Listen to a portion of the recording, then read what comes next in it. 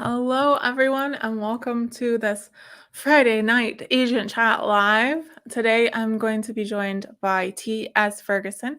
Before joining Azantian Literary Agency, T.S. Ferguson worked for 16 years as an editor for some of the top children's and teen book publishers in the business, including Little Brown Books for Young Readers, Harlequin Teen, Inkyard Press, and Jimmy Patterson Books. He has worked with New York Times bestselling and award-winning authors such as Sherman Alexie, Sarah Zarr, Suzanne Selfers, what can I say this word? Pseudonymous Bosch, Robin Talley, Hilary Monahan writing as Eva Darrows, and Adi Al-Said. So please welcome to the show, T.S. Hello. Hi, how are you? Good. So TS has been on my show Pub Talk Live when he was still an editor, and now he's here in Agent Child. My video just went out of focus. I'm like trying to get it to refocus. I don't know what's going on there. Hi, camera. Okay. So you can find TS's info, website, and everything in the description now, so you can find out more about him. But as an intro, my goal here is to help potential clients get to know you a little bit better.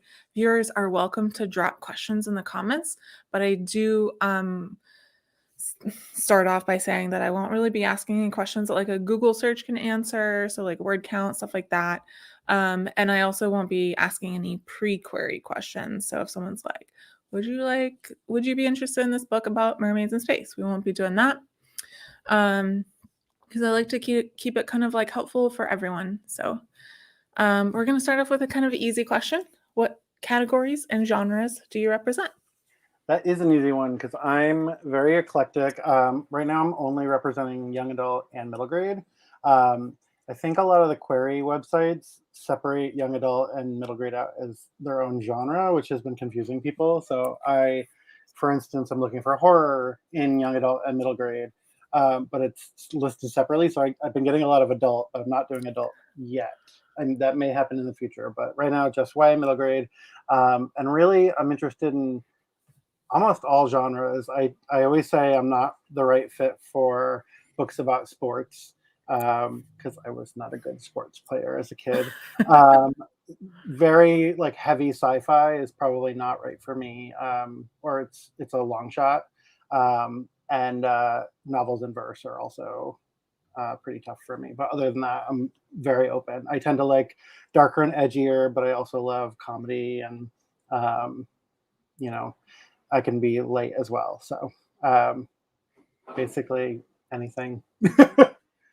Nice. I am looking for those books that really grab me, though. I will say, like outside of genre, anything with a unique voice or like a really unique hook that maybe hasn't been seen before would grab my attention. Cool. All right. So agenting is a new thing for you. So why did you decide to make that switch?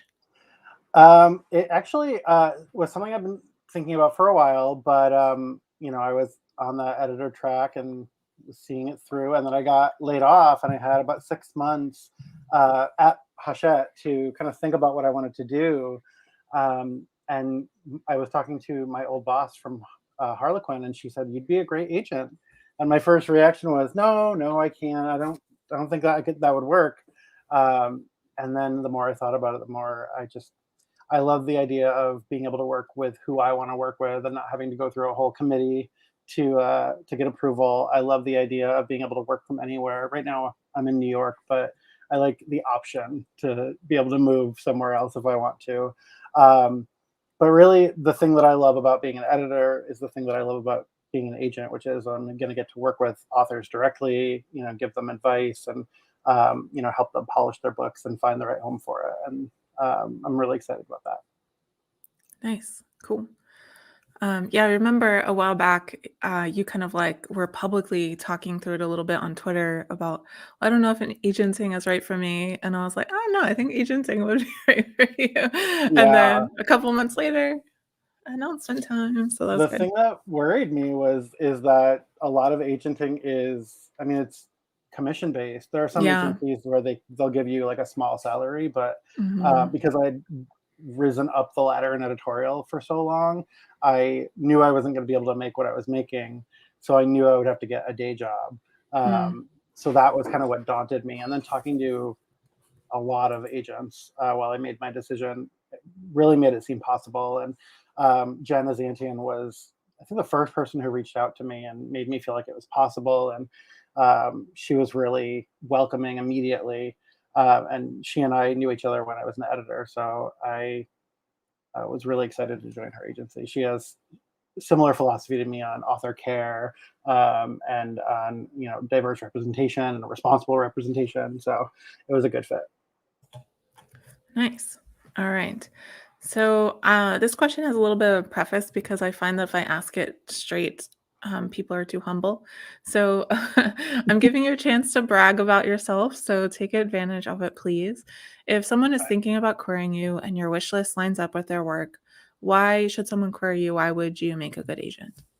I think the advantage that I have is that 16 years as an editor, I know how they think and I know what they're going up against. I've been at the publisher listening to the conversations when editors are trying to buy a book, and I'm prepared usually for the questions that'll come up and for some of the walls that will have to be climbed. So I think that helps me. I'm not coming in from the beginning. I have all this publishing experience to bring with me. So even though I'm a new agent, I'm starting, I think, more in the middle as an agent. I'm gonna have to learn maybe like some of the contract stuff, all the little minor details that agents do that editors don't get to see. But with the pitching and the negotiation, that stuff I'm used to, and I feel like I'm an old pro.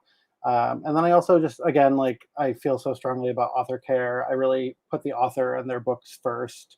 The only time I'm ever gonna really say anything that's kind of against what the author wants is if I think that there's something that would be better for them, and in that case, I, love to talk it out with the author and kind of come to a compromise. So, I think that will be another strong suit of mine as an agent as well. Nice. The first part of that answer to that question, I like I don't know why, but it reminded me, those billboards for the lawyers that are like, I used to work for the insurance companies and now I work for Yeah. you. I'm not only the hair club president, I'm also a client. All right, cool. So this other question also has a little bit of a preface. So I don't know why I do this, but a lot of times when this question is asked, it's like, if you had a magic wand, what would you change about the industry? But I'm a pragmatic person, so I hate the I hate that, right? So let's say like realistically, but also kind of like fantastically, let's say you were like the CEO of like Simon and Schuster, Penguin, Random House, whatever, like the ultimate number one publisher is going to be. And you had the ability to make a big change in the industry, what would you change? I think it would be a toss up between giving everybody higher salaries, which is probably what I would go with, but also hiring more people because everybody is overworked. So I think those are the two areas, and I think they are related. It's just more Mhm, budget for hiring and retaining mhm. good people. I think the publishers lose a lot of good people because it is an industry where we're working so hard. A lot of people are burning out. I think there are more imprints, but that means that each imprint is smaller and has less editors, which means more work for each editor. And then on top of that, the pay is not great as well. So, Mhm. and I think I could probably talk for more than an hour about the impact of all of that, but money. Yeah. That's what I would It's a do for personal stuff too. yeah, it's a Money. really common answer, and I think it's yeah, it's a one of the biggest problems in the industry, um, especially because, like, I know I've wanted to work in publishing, but literally the math doesn't work, like, they're paying starting, like, $37,000 to live in the most one of the most expensive cities Yeah. in the country. It's like, like, literally can't make that work, And So, it's hard to see, like we always talk about advances not being great either, but then mhm, you see those big auctions for books that go for six figures and sometimes seven figures. And as an editor, there are some of those moments where I'm excited for the author, but I just think if you can find that money for your authors, why can't you find that money for the talent yeah, that's bringing in the mhm. authors? And so that would be.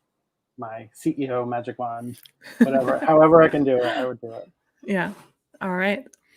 So if you sign a client, what can they expect after that? What will your process kind of look like? What kind of communication style do you have? What can they expect? I think the first thing that we would probably do is do one round of editing, just to polish it up. I think if I found a manuscript that didn't need that polish, I would be honest and say that. I'm not the kind of person who wants to edit something just to edit it.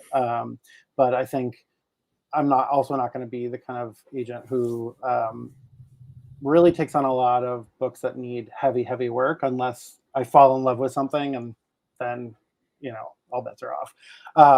But if I fall in love with a book that needs editing, I'm going to do the editing.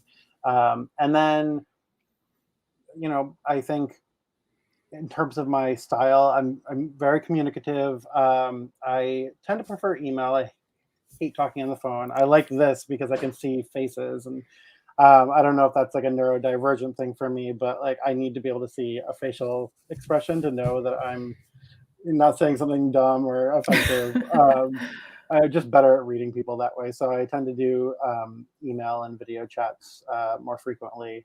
Um, but really, I always tell my authors, any questions you have, I'm here. I try to really make sure that they're not kind of grasping around in the dark. I've had authors as an editor who didn't really know a lot about the industry yet, Mm, and I think they were too afraid to ask their agent. And so I not only encouraged them to talk to their agent and said, that's what they're there for, but also, was happy to kind of walk them through. And there are still some authors that I worked with that reach out to me every once in a while and will ask me questions. And, as long as it won't step on their editor or their agent's foot, I help them out. mhm. So that's the kind of agent I want to be as well, as somebody who's available and whose clients are not afraid to talk to them. Because if you're afraid of your agent or you're intimidated to ask questions, then the relationship is not going to work. Mhm. Yeah, I think that's really important. I think so I've talked to a lot of agents on Agent Chat Live. I've talked to a lot of authors on Queries, Qualms, and Quirks, and it's a common theme that comes up where authors are afraid that their agent's going to think they're dumb because they don't know some basic thing about the industry. But agents are always happy to answer those things for you so that you know more, you feel more comfortable. So never be afraid to ask your agent questions. And if your agent makes you feel like you are dumb for asking questions, you might want to find another Yeah, agent. that's a red flag for sure. Yeah. Yeah, I mean, we all had to start somewhere. And I mean, when I started in publishing, I was not only very green, and I had a master's in publishing when I started. I still was very green, but I was terrified to ask questions. I was terrified to even talk to anybody who was, mid-level or above. So I've always tried to kind of, as I've climbed the ladder and been in publishing longer, I've always tried to look back and pull people up behind me and Mhm. really make sure that I'm helping them get a grasp on what's going on in the industry. Yeah. All right, so we're gonna switch gears a little bit. We have a question from Patreon supporter Danny. And Danny loves reading your wish lists and coming up with personalized questions based on that. So his Okay. question for you is, as a witch lover, what is your favorite kind of witch? Oh God, that's a hard question because I am such a witch lover. I think the kind of witch that I love the most is probably somewhere between like the Salem witch trials, what they thought the witches were, the Salem witch Yeah. trials, and the craft. I was in high school and college obsessed with Wicca, um, and was practicing Wiccan for a while at a Catholic college, but now have kind of passed beyond that and into a more agnostic space. But those, I love all of the kind of herbs and candles and Book of Shadows and calling the circle and all that kind of witchcraft. Mm, Especially if there's like a darker twist to it, like a more supernatural twist to it. But I also love, I think practical magic is kind of teeters on that, but it's also the lighter side. I love Sabrina, I love Charmed, all of that stuff. So yeah. really, you can't go wrong with witches. Yeah. Cool. Awesome. All right, so it's time for the quick round. So I'm just gonna ask Okay. you a couple of questions. You give me your quick Okay. response. The first question actually has another preface. So when I was coming up with titles or for the show, like because I had Pop Talk Live and I was trying to figure out what to call this show, and I asked my Patreon supporters because I'm terrible at coming up with titles and names for things. And Danny made a great suggestion. It was snack time with an agent. I thought it was fun. It was like casual, like I wanted it to be. But I also felt like maybe it would imply it was children's lit only. So I decided not to go with it, but this question has stuck around from that. So the question is, what is your favorite snack? Mozzarella sticks. That's a good one. Those are really Yeah, good one. I have to point out I'm wearing my Cheez-It shirt today, so. nice. All right. What is your preferred caffeine source? Coffee with cream and 4 Splendas. Nice. Cool. Did you used to come to my Starbucks? uh, what is there a word that you irrationally hate? No, and I actually love that there are words that other people hate. Like, sorry to anybody who is listening who hates this, but I love when people hate the word moist. Yeah. It cracks me up so much. Oh, Danny said he had mozzarella sticks today. Nice. Nice. Is there a person, living or dead, real or fictional, that you would like to read a memoir from? Oh, that's a good question. Maybe Elfring Baum. I'm obsessed with The Wizard of Oz. So I think that would be. I'm not a big nonfiction reader, but I've read multiple biographies of Elfring Baum, so I'd love to read something from his like internal perspective. Yeah, cool. And who is your favorite superhero? I love Iceman. I loved him before he came out of the closet. I had a huge crush on him, and I also love Psylocke from the X-Men as Mm, well. all Something about her right. purple hair. I mean, mine's pinkish now, but it was purple. All right. So that's the end of the quick round. And I don't ask a whole lot of like querying advice, but this is like the big one. What is your single best query letter tip? I think for me especially, I want the querier to hook me with, um, you know, like a branding for what their book is about first and foremost. I think some people start with a little bit of information about themselves, and or I've gotten a lot of queries where there's maybe like a little bit of a long story about their last agent and why it didn't work out. But really, when I'm looking at a query, the first thing I want to see is, this is a YA fantasy, you know, and if they can do an X meets Y, that's great, but they don't have to. But I want to get to the heart of kind of what the story is about, what's the hook, because that's what's going to grab me and make me want to keep reading. And then once I read the query, if that hooks me, then I'll go down and read the sample pages. Excuse me. Yeah, I think a lot of people worry that like their bio is like the most important part of a query letter. And I always tell people like the book is the thing. The book is the Yeah, most important for sure. yeah. If I'm reading a book and I'm loving it, I'll go and look at the author's bio because I'll be curious about what they've done. But really, it's about the book and their writing. Yeah. And does the voice work? Does is there a commercial pitch here? Do I have a vision for how I would, sell it to a publisher? That kind of thing. Mhm. And All that's how I right. pick books for personal reading too. I will say the top of the flap or the back cover has to grab me first, then I read the Mhm. copy. So think about I that. I'm so bad. Like sometimes if a lot of people are talking about a book, I'll just start reading it like without even knowing what it's about. Oh god, I can't do that. I have to know I what I'm did getting into. no, though I don't think I can do it anymore though because so I mentioned before we went live that I'm like a big scaredy cat. I'm scared of the dark, right? And I didn't not accidentally. I started listening to only good Indians. Oh Do you no, and it's know a that book? horror. I haven't read it yet, but I know it's a horror. It's a horror. Yeah. Mhm. I had to stop. I was listening, like, driving home one night at 1 a.m., and and something started happening, and I turned it off, and I've literally never listened to it again because I was just like, I can't do this. So I may have to stop doing that. I start reading a book without knowing Yeah, when to give stop. yourself a heads up at least. I'm like, I like this is not really a huge spoiler because it happens pretty early on, but the dog dies kind of twice. Like, not once, Yeah. If twice. it didn't traumatize you the first time, he wants to make sure Yeah. he's really getting you. All right, anyway, let's refocus. Speaking of dogs, that's a terrible transition. What is a good literary name for a cat or dog?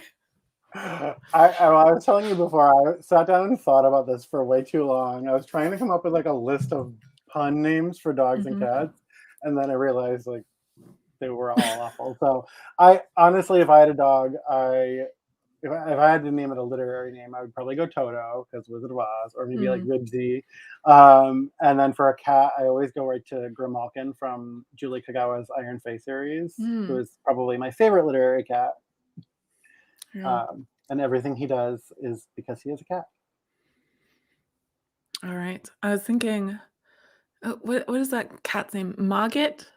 Mogget, yeah. I Yeah. could never name a cat Mogget though because my friend Stacy, who's an editor, had a cat named Mogget. He recently passed away, which is really sad. Um, But she had Mogget and Tildrum was her other cat, and now she oh. has two kittens, and they also have literary names.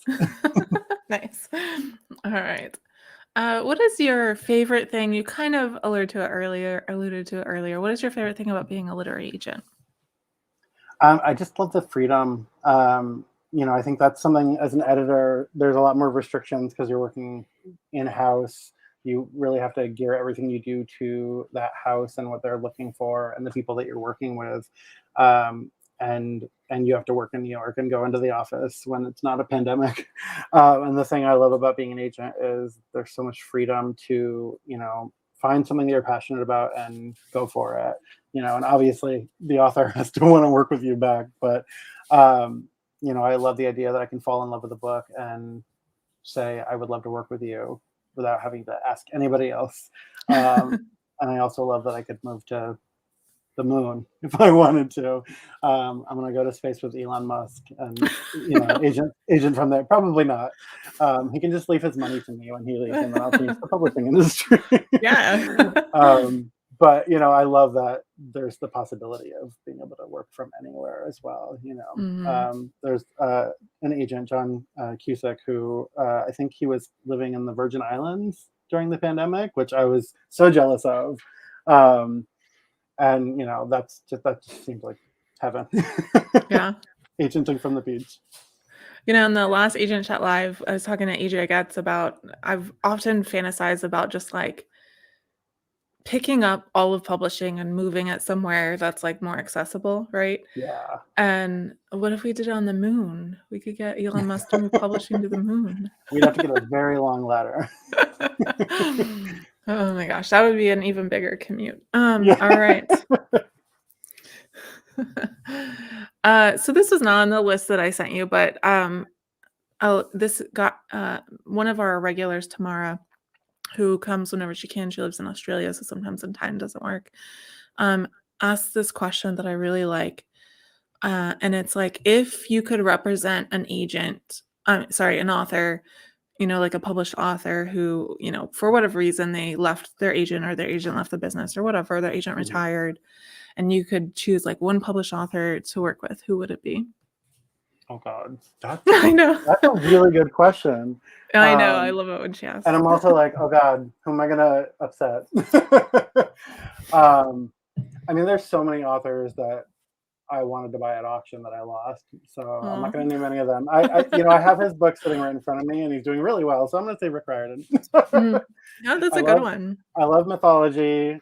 He's selling like hotcakes. He has his own Mhm. imprint. So And he seems really yeah, nice too. So, yeah, like such a good guy, and he's talked a lot about representation, and he's owned up to mistakes that he's made, which I think is really important as an yeah. ally. So yeah, I'm a big fanboy of his. Yeah, nice. Good answer. All right. What are the last couple of books published books, I guess I should say, that you read that you really enjoyed? I'm reading right now the last book in V.E. Schwab's The Shades of Magic series, which I'm obsessed with. I read the other two earlier this year and then took a little break. And just so good. And I'm trying to stop myself from picking up another first book in another series that she's written because I'm just so into it. The reason I have Rick Riordan's book here is I've been reading the Heroes of Olympus series, which I read all of Percy Jackson when it came out, and then I like to take breaks when I'm reading series because when you're in it for so long, I need a little time away. So I read the first three of that series as well and was obsessed. And I love mythology and had just had a book come out. My last book that came out like right after I left Hachette was Greek mythology retelling. So my head was very much in that space. What was that book?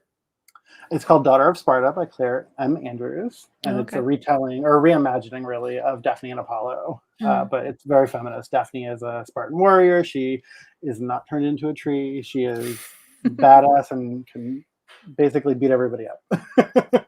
Nice. Yeah. Danny said Percy Jackson's birthday was Wednesday. He mentioned that on our Wednesday write-in. Well, he was like, guess whose birthday it is today? And none of us knew. Happy birthday, Percy. Yeah. That explains why I saw so many Percy Jackson posts the other day. Yes, that's why. On Wednesday. Yeah, I saw a lot of fan art on Wednesday. All right, so that's all the prepared questions I have for you. So unless someone puts a question in the chat in the next 10 seconds, that will be the end of it. You can find all of TS's website and the link to query him in the description. Danny said he's 28 this year. Okay. As well as I think I put your Twitter in there too, so people can find you on Twitter. And everyone, thank you so much for tuning in. If you're watching the replay, thank you for watching the replay. If you're listening to the podcast, appreciate you, however you're consuming the show. And Danny, do you have a question? I feel like that. Okay. Oh. Who would win in a fight? I'm assuming Charmed Ones or AHS Coven Witches. I think the American Horror Story Coven Witches they don't have to come up with a nice, neat poem to to hurt anybody. Although, well, no, yeah, I definitely think. I mean, Queenie alone would probably decapitate them all with her powers. I was gonna say, I feel like they're a bit more edgy. Yeah, I was trying to think of a good word, like aggressive. Yeah, I think the Charm ones would not want to kill anybody right away. They try to talk it out, especially because the AHS Coven Witches are not all evil. Their Supreme is, quite a good person, but I think there are some killers in that coven that would, take them out pretty quickly. Yeah. All right, that's a good note to end on. Thank you all for tuning in. Everyone stay safe, wash your hands, wear a mask. See you next time. Bye, y'all. As soon as I can find the thing that I need to put up. Okay, bye.